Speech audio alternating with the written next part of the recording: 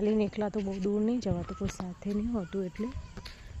જે લાઇટ દેખાય છે ને એ છે ચંદામામા. એટલું મસ્ત દ્રશ્ય દેખાય છે ને અહીંયાથી, બહુ જ મસ્ત. આ છે આકડાનું ઝાડ અને ઉપર ચંદામામા. બહુ મસ્ત દ્રશ્ય છે.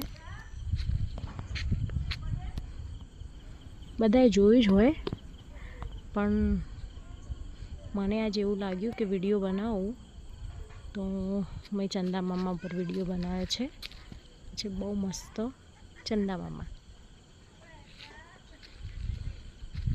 અલગ અલગ જગ્યાએ જઈને અલગ અલગ વ્યૂ આવે છે. એકદમ મસ્ત.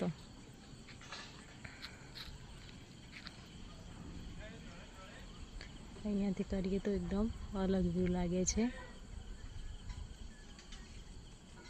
પૂનમનો ચાંદ છે યાર.